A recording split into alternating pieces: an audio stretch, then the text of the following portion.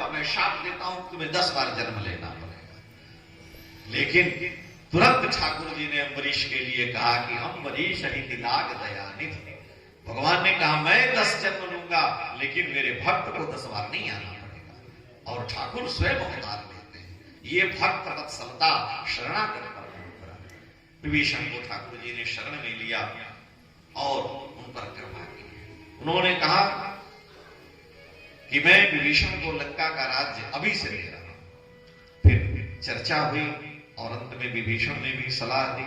समुद्र के आगे कुछ देर तप किए, फिर समुद्र प्रकट हुआ, उसने नल नील के बारे में बतलाया और समुद्र पर वानरों ने पुल बांधा। विशाल वानरी सेना राघव श्री रामभद्र के साथ बड़ी सहजता से लंका में प्रवेश करती है। समुद्र पर पुल बांध करके सभी लंका में प्रवेश करते।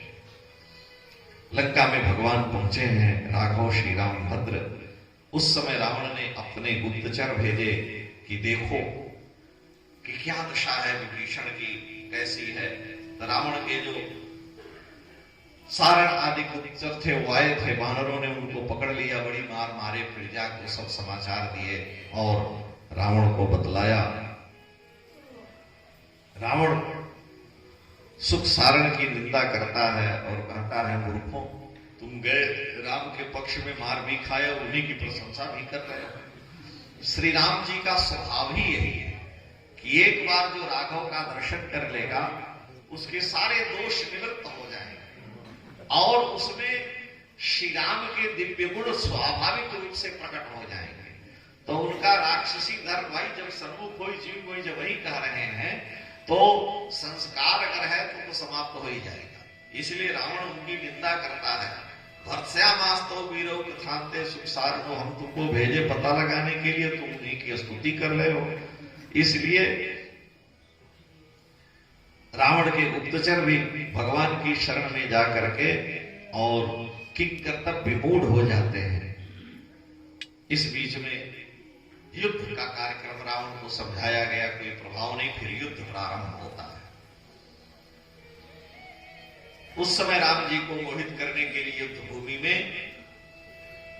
रावण ने मायावी भगवती सीता को लेकर के श्री राम को मोहित करना चाहा। मोहिष्यामहे सीता माया जनकात्मजाम, आकाश मार्ग से वो आया है भगवती सीता को रथ में बैठा करके राम जी को मोहित करने के लिए। भगवती सीता तो रावण वहां पर ला करके रावण दिखाता है। उस समय भगवती सीता अत्यंत दुखी खिन्न होती हैं। तुम जिसके लिए इतनी चिंता कर रही थी देखो। लेकिन उस समय भगवती को आश्वासन दिया गया और धैर्य धारण किया। यहाँ केवल सूत्र रूप में यही है कि सिर कटा हुआ दिखलाया है। भगवती सीता विलाप करने लगी राम जी का सिर कटा हुआ देखकर। लेकिन त्रिजटा ने कहा कि इस पुष्पक विमान की ये विशेषता है कि ये विधवा को धारण ही नहीं करता है। तो हे सीते, अगर तुम्हारे पति का प्राणांत हुआ होता तो तुम इस रथ में बैठ ही नहीं सकती थी। इसलिए तुम्हें चिंता नहीं करनी चाहिए। भरतो शिरो धनुश्चैव ददर्श जनकात्मजा, जब विलाप की तो उसने समझाया है कि हे भगवती ऐसा संभव ही नहीं है। रावण की माया की निवृत्ति होती है, बड़ा भयंकर युद्ध प्रारंभ होता है। रावण के द्वारा भेजे गए बड़े बड़े राक्षस आते हैं और माल्यवान ने रावण को समझाया, उनकी बात भी नहीं माना और युद्ध प्रारंभ हुआ। चारों ओर से लंका को वानरों ने घेर लिया है और उस समय दिन और रात दोनों समय युद्ध होता है। सुग्रीव छलांग लगाए, रावण को देखे, उसके पास पहुंच गए और वहां से बड़ी मुश्किल से छूट करके आए। वानरों का युद्ध, लंका को घेर करके चारों दिशाओं से 4 सेनापति वानरों के विशेष समूह के साथ युद्ध करते हैं। युद्ध में कुछ वानर भी मारे जाते, राक्षस भी मारे जाते हैं। इसी में मेघनाद ने माया का आश्रय लेकर के और सबको संज्ञा शून्य कर दिया, नागपाश में बांध दिया। फिर गरुड़ जी आए, सबको मुक्त कराए। ये युद्ध बड़े लंबे काल तक चला। फिर मेघनाद काशी लक्ष्मण जी महाराज ने वध किया है, उसके यज्ञ का नाश करके। उस समय रावण ने पुनः माया करने का प्रयास किया। भगवती सीता का शिर श्री राम जी के सामने सीता जी को ला करके उनका शिर काट करके दिखलाया, लेकिन बाद में उस विषाद की निवृत्ति हुई।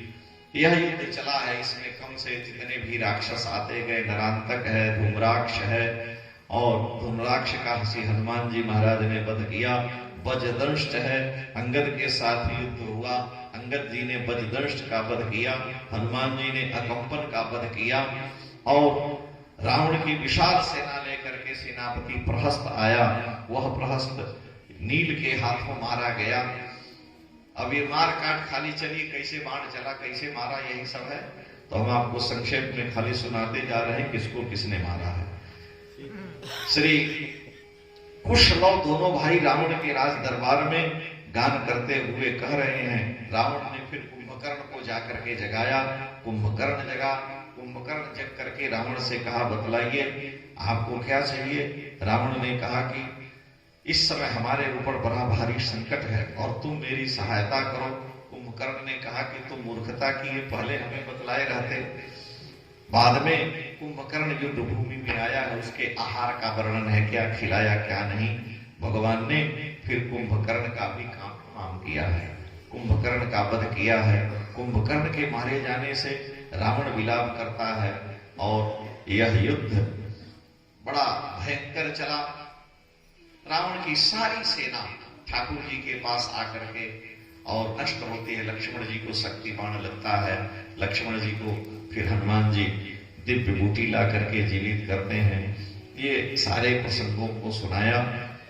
इस प्रकार से रावण के सारे कुल का नाश हो जाता। अंत में रावण युद्ध भूमि में आता है। श्री राम के साथ रावण का युद्ध कई दिनों तक चला और युद्ध भूमि में रावण की सारी शक्ति सबका राम जी नाश करते हैं, लेकिन रावण को मारने में समर्थ नहीं होते हैं। तो फिर अगस्त जी आते हैं।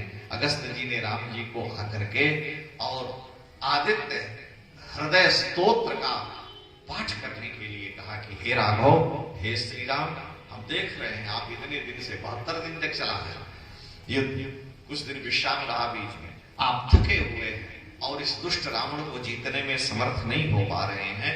तो आप पहले आपके कुल देवता भगवान भुवन भास्कर जो सूर्य हैं, मैं उनका दिव्य स्तोत्र आपको प्रदान करता हूं। तो आदित्य हृदय स्तोत्र का उन्होंने उनको उपदेश किया। ततो युद्ध परिश्रांतम समरे चिंत्यास्थितम रावणं चागतो दृष्ट्वा युद्धाय समुपस्थितम। सामने रावण है, वहां पर प्रकट होकर के अगस्त जी ने राम जी को उपदेश किया आदित्य हृदय का और कहा कि एतत्र हृदयम जप्त्वा युद्धेषु विजयिष्यसि। इसको आप 3 बार जप करके और फिर रावण से युद्ध करो, आपकी विजय होगी। तो भगवान ने 3 बार उस आदित्य हृदय का स्मरण किया, जप किया और फिर रावण से युद्ध करके और श्री राम रावण को अपशकुन होने लगे। भयंकर श्री राम रावण का युद्ध हुआ और उसमें श्री राम ने बड़ी सहजता से रावण का सिर काट लिया और रावण मारा गया है। भगवान श्री राम ने सहजता से रावण का वध कर दिया और रावण का शरीर वहां पड़ा हुआ है। रावण की पत्नियां आकर के विलाप करती हैं। उस समय मरणांतानि वैराणि निवृत्तम न प्रयोजनम क्रियतामस्य संस्कारो मां पेश यथा तव। विभीषण जी को राम जी ने आदेश दिया कि अब इसके वंश में कुल में कोई है नहीं, तुम जाओ अपने भाई रावण का संस्कार करो। विभीषण जी कहे इस पापी का मैं नहीं जाऊंगा।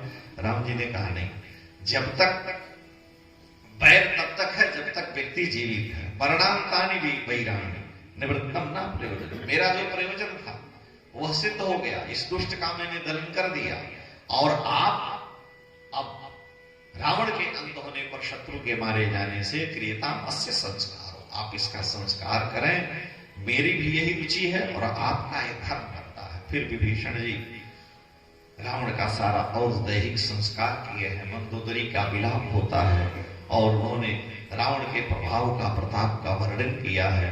विभीषण जी के लिए राम जी ने फिर आदेश दिया और लक्ष्मण जी गए। विभीषण को लंका के राजा के पद पर अभिषिक्त किया गया। हनुमान जी गए, भगवती सीता से मिलकर के सारा समाचार दिया है कि हे भगवती, प्रभु ने रावण का समूल नाश कर लिया, विभीषण को लंका का राज्य मिल गया है और अब आप सुखी हो। हनुमंतम उवाचेदम चिंतित्वा विमृश्यत। हे भगवती, हे देवी, वैवम पद्मा, आप सुखी हो गई, अब आपका किसी भी प्रकार से कोई अमंगल नहीं कर सकता है। अब आप हमें आदेश दें। हनुमान जी ने जब कहा तो जानकी जी ने कहा, बोलो इस संदेश से अच्छा समाचार क्या होगा, क्या आदेश। हनुमान जी ने कहा कि राक्षसियां जितनी आपको डराती धमकाती खाने दौड़ती थी, पहले आदेश दें जल्दी से इनको मैं मार दूं, इनका काम तमाम कर दूं और फिर आपको मैं लेकर के चलूं। जानकी जी ने कहा, देखो ये मेरी शरण है, इन्होंने हमको बड़ी पीड़ा दी है, ये मां की करुणा है, ये भगवती के कृपा है, बड़ी पीड़ा दी है, बड़ा कष्ट दिया है, लेकिन दासी नाम रावणस्य, ये सब रावण की दासियां थी, अतः दासी होने के कारण रावण के अधीन थी, रावण की आज्ञा का पालन करती है। ये स्ववश होकर के हमें पीड़ा नहीं दी, परवश होकर के हमें पीड़ा दी, इसलिए इनका वध उचित नहीं। और हे हनुमान, आप तो राघव श्री राम के भक्त हैं, इसलिए आर्येण कारुण्यम कार्य, आर्य पुरुष को तो करुणा करनी चाहिए, स्त्री पर शस्त्र नहीं उठाना चाहिए, क्योंकि इनसे कोई कष्ट नहीं है। पापा नाम वा शुभा नाम वा बधारणानाम फलमुद्गमं कार्यम कारुण्यमार्येण न कश्चित् नापराधति। कौन ऐसा है जिससे दोष अपराध नहीं बनता है, इसलिए आर्य पुरुष को करुणा करनी चाहिए, आप कृपा करें, इनका वध नहीं। जानकी जी ने कहा कि ये आपकी प्रपन्न शरणागता नहीं है। हनुमान जी ने कहा, जानकी जी ने कहा, नहीं, ये सब मेरी शरण में आ गई है, इसलिए वे वध के योग नहीं है।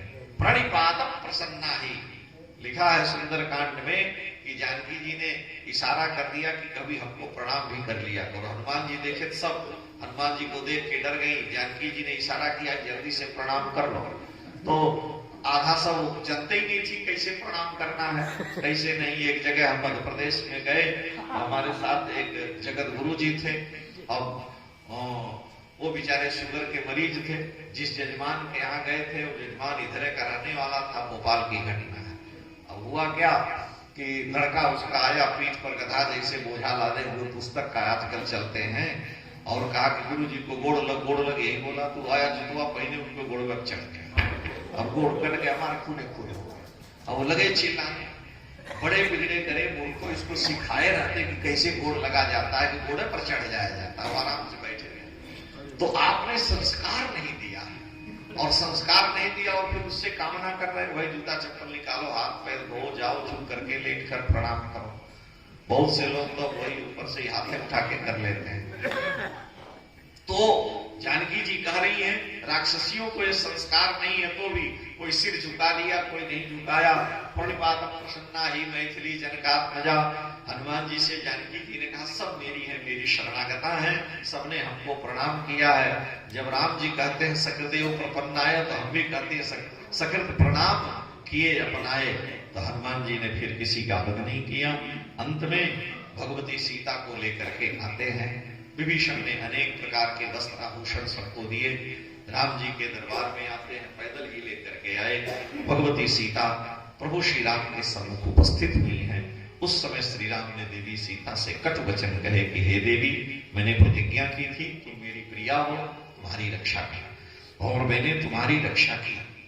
इस रावण का समूल नाश करके और इसका मैंने अंत कर दिया है, लेकिन अब तुम अपनी स्वतंत्र हो, जहां चाहो वहां रह सकती हो, इसलिए कि मैंने अपने धर्म का पालन किया है। अतः तुम्हें जाने की स्वतंत्रता है। इतने लंबे काल तक तुम रावण की लंका में रही हो, इसलिए मैं तुम्हें स्वतंत्रता पूर्वक कहीं भी जाने के लिए अनुमति देता हूं। जानकी जी के नेत्र से अश्रुपात होने लगा और तुरंत उन्होंने लक्ष्मण जी को कहा। लक्ष्मण जी ने लकड़ी का चैत किया और कहा कि तुम जल्दी से अग्नि को प्रकट करो। लक्ष्मण जी ने अग्नि को प्रकट किया और तुरंत वहीं प्रभु को साक्षी देकर के, अगर मैंने मनसा वाचा कर्मणा अपने प्रियतम के अतिरिक्त किसी पुरुष का स्वप्न में भी चिंतन न किया हो तो हे पृथ्वी देवी, हे अग्नि देवता, आप हम पर कृपा करें।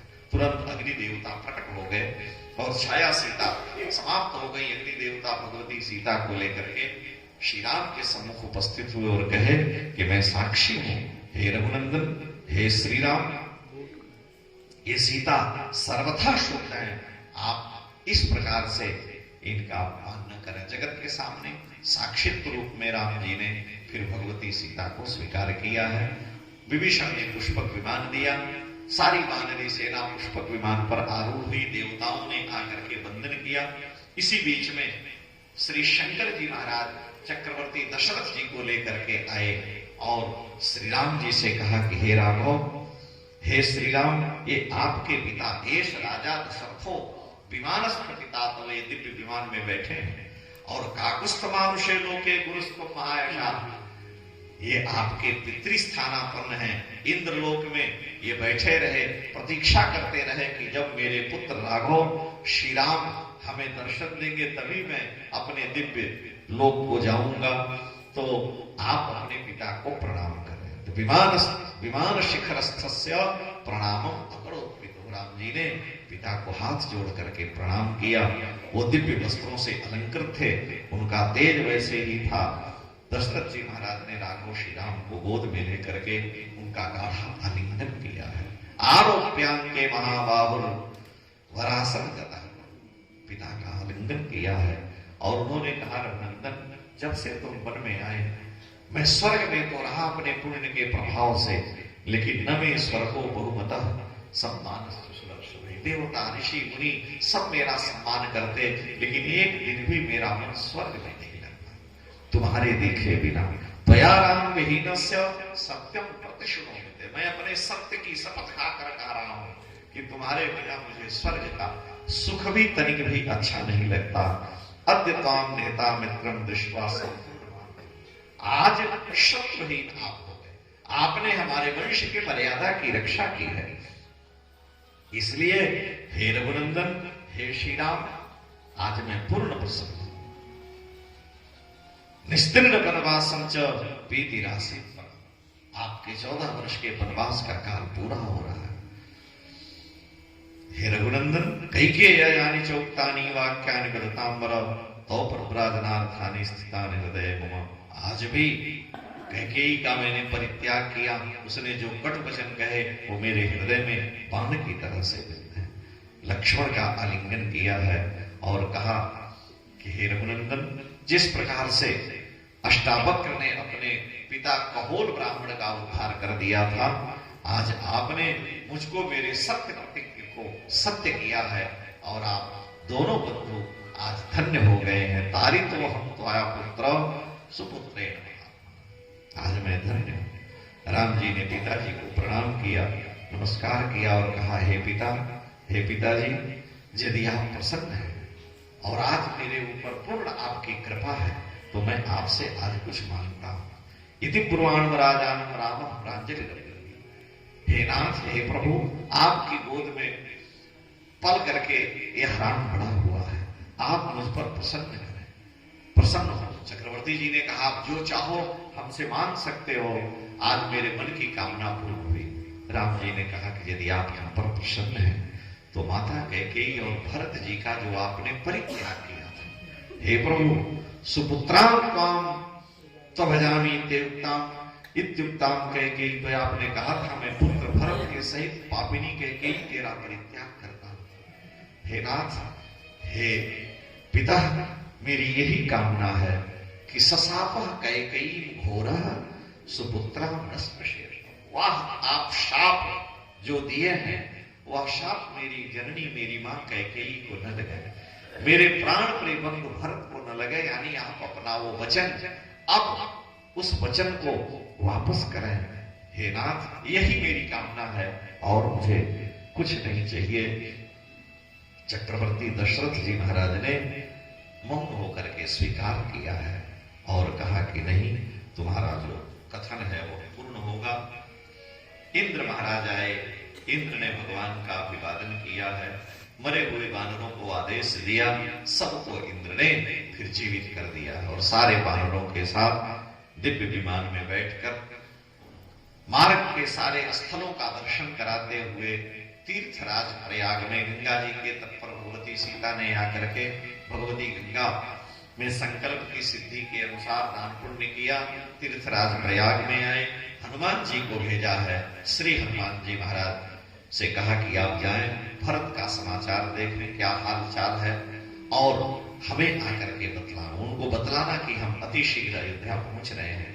आज अंतिम दिन है, अगर मैं नहीं गया तो बीते अवधि जाऊं जो जियत न पाऊंगी। तीर्थराज प्रयाग में भरद्वाज आदि ऋषियों से मिले हैं। पुष्पक विमान भरद्वाज जी के आश्रम के पास में आया।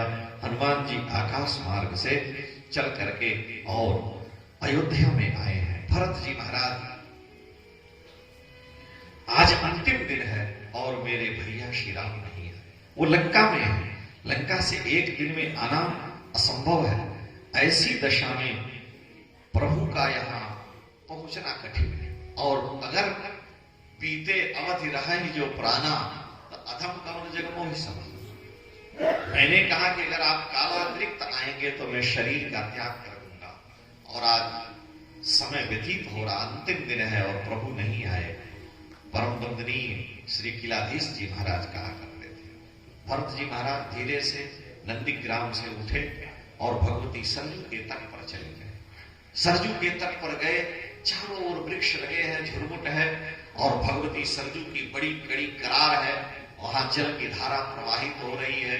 भरत जी ने संकल्प मन में ले लिया कि अब प्राण का त्याग कर देना चाहिए, क्योंकि मेरे प्रभु आए नहीं और आज अंतिम दिन का समय भी सायंकाल होने को जा रहा है और मैं जीवन कैसे धारण करूंगा जब मेरे प्रभु नहीं आए। तो जो ही छलांग लगाने के लिए सरजू जी में प्राण त्याग भरत जी करना चाहते हैं कि तुरंत दो दिव्य पुरुषों ने उनकी दोनों भुजाओं को पकड़ लिया। भरत जी को रोक दिया, तुम ये क्या कर रहे हो? भरत जी ने कहा, आप हमें रोकने वाले कौन है? मेरे प्राणनाथ नहीं आए, मेरे राघव नहीं आए। 14 वर्ष तक मैंने किस तरह से जीवन यापन किया है।